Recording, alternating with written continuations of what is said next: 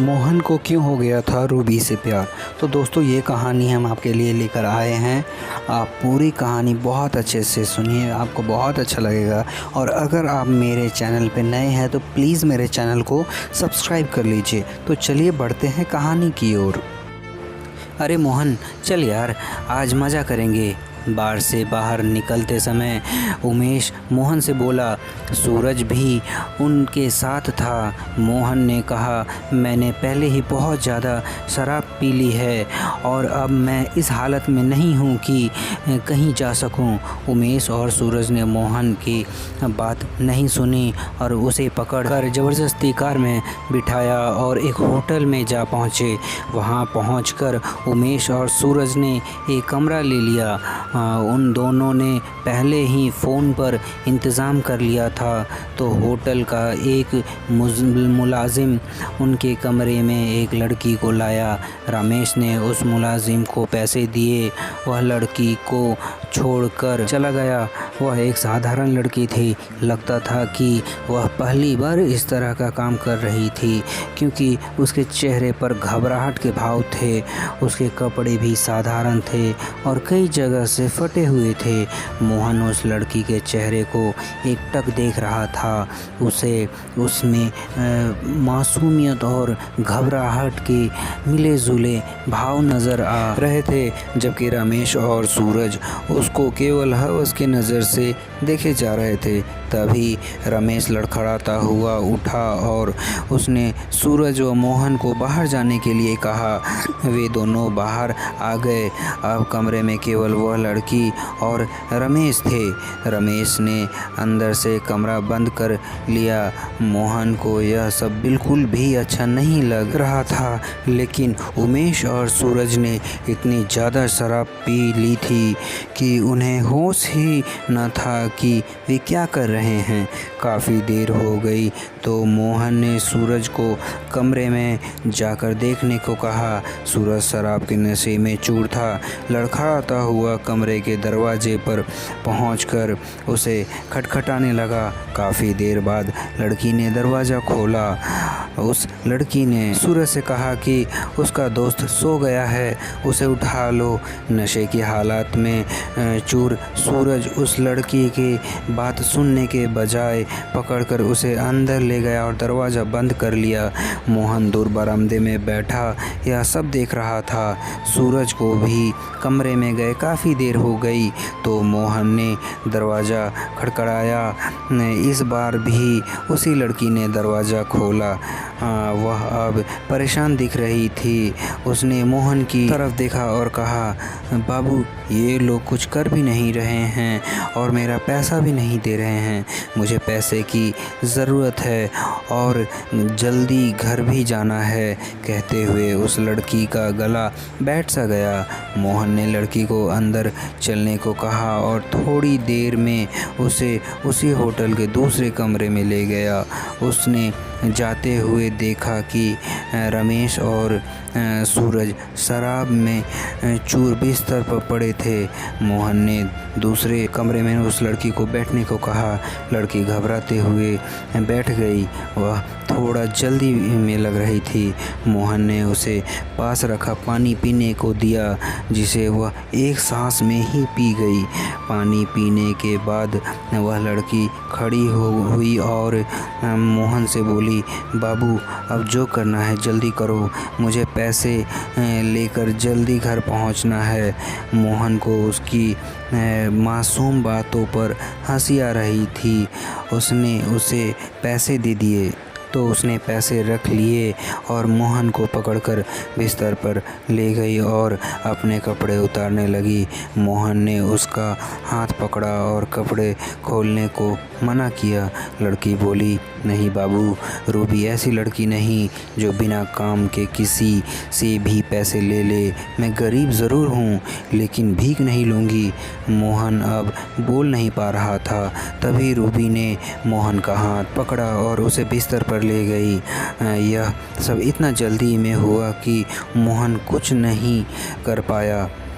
Ruby ने जल्दी से अपने कपड़े उतारे और मोहन के भी कपड़े उतारने लगी। अब रूबी मोहन के इतने नज़दीक थी कि उसके मासूम चेहरे को वह बड़े प्यार से देख रहा था। वह रूबी की किसी बात का विरोध नहीं कर पा रहा था।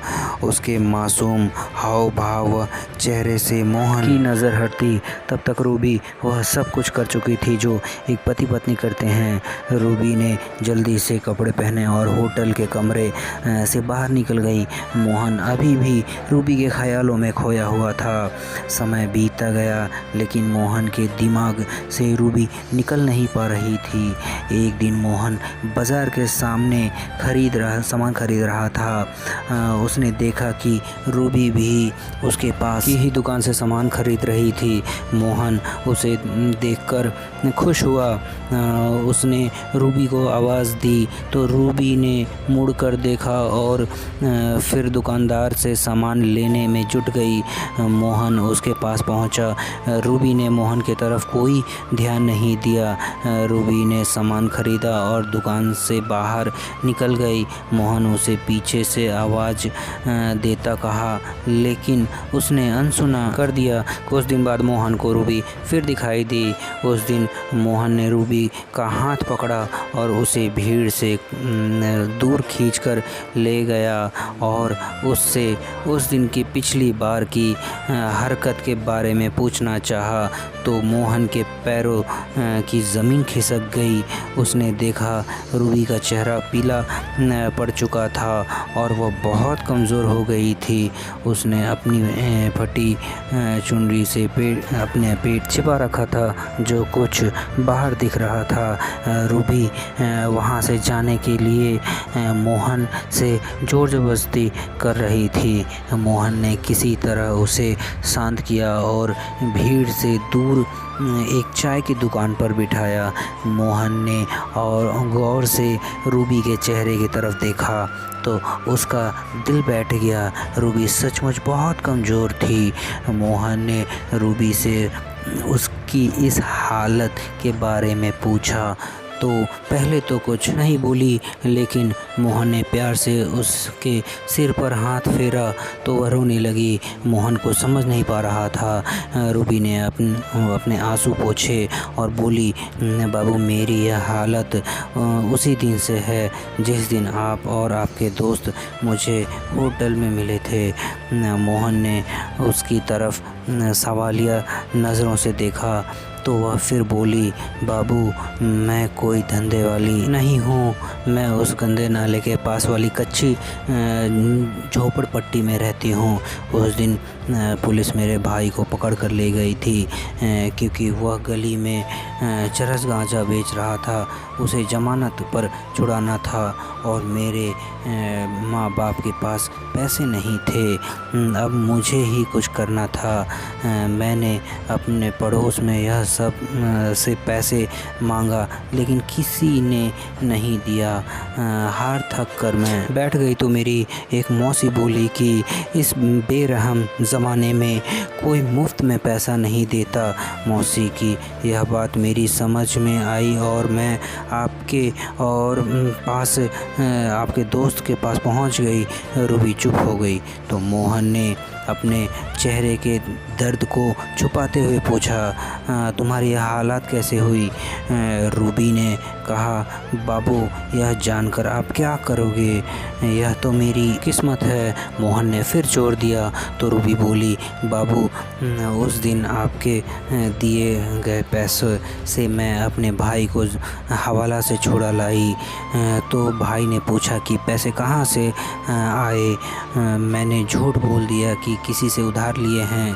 थोड़ी देर चुप रहने के बाद वह फिर बोली बाबू सबने पैसा देखा लेकिन मैंने जिसमें बेचकर एक जान को अपने शरीर को आने दिया तो उसे सब नाजायज़ कहने लगे और जिस भाई को मैंने बचाया था वह मुझे धंधे वाली कहने लगा और मुझे मारने लगा। वह मुझे रोज़ ही मारता है। यह सुनकर मोहन के कलेजे का खून सूख गया। इस सब के लिए वह खुद भी कसूरदार मानने लगा। उसकी आंखों में भी आंसू छलक आए थे।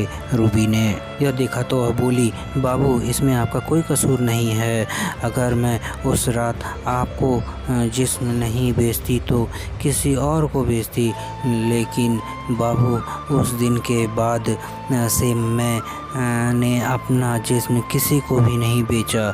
यह कहते हुए वह चुप हो गई और कुछ सोच कर बोली, बाबू उस रात आपके अच्छे बर्ताव को देखकर मैंने फ़ैसला किया था कि मैं आपके इस प्यार की निशानी को दुनिया में लाऊंगी और उसके सहारे ज़िंदगी गुजार दूंगी, क्योंकि हम जैसे गरीब लड़कियों को कहाँ कोई प्यार करने वाला जीवन साथी मिलता है। इतना कहकर रूबी का गला भर गया। वह आगे बोली, बाबू यह आपकी निशानी है और मैं इसे दुनिया में लाऊंगी, चाहे इसके लिए मुझे मरना ही क्यों न पड़े। इतना कहकर तेज़ी से उठी और अपने घर की तरफ चल दी। यह सुनकर मोहन जैसे जम गया था। वह कहकर भी कुछ नहीं कह पाया। उसने फ़ैसला लिया कि कल वह रूबी के घर पर जाकर उसके शादी की बात करेगा। वह रात मोहन को लंबी लग रही थी। सुबह मोहन जल्दी उठा और बदहवास सा रूबी के घर की तरफ चल दिया। वह उसके मोहल्ले के पास पहुंचा तो एक जगह बहुत भीड़ जमी थी।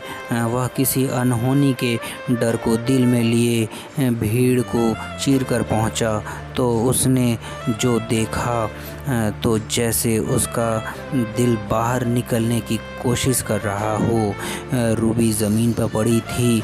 उसके आँखें खुली थी और चेहरे पर वही मुस्कुराहट थी।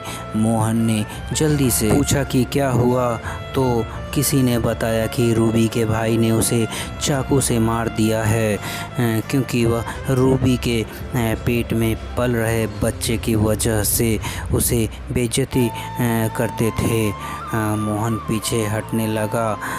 अब उससे लगने लगा था कि वह गिर जाएगा। तभी पुलिस का सायरन बजने लगा तो भीड़ छटने लगी। मोहन पीछे हटते हुए रूबी को देख रहा था। उसका एक हाथ अपने पेट पर था और शायद वह अपने प्यार को मरते हुए भी बचाना चाहती थी। उसके चेहरे पर मुस्कुराहट ऐसी थी जैसे उन खुली आँखों से मोहन को कहना चाहती हो, बाबू यह तुम्हारे प्यार की निशानी है, पर इसमें तुम्हारा कोई कसूर नहीं है। मोहन पीछे मुड़ा और अपने घर पहुंचकर रोने लगा। वह अपने आप को माफ़ नहीं कर पा रहा था, क्योंकि अगर वह कल ही उसे शादी की बात कर लेता तो शायद रूबी ज़िंदा होती। बारिश होने लगी थी। बादल ज़ोर से गरज रहे थे। वे भी रूबी के प्यार के लिए रो रहे थे। तो दोस्तों, आपको ये कहानी कैसी लगी? अगर ये कहानी अच्छी लगी तो प्लीज़ मेरे चैनल को सब्सक्राइब कर दीजिए। तो दोस्तों, मिलते हैं अगली कहानी।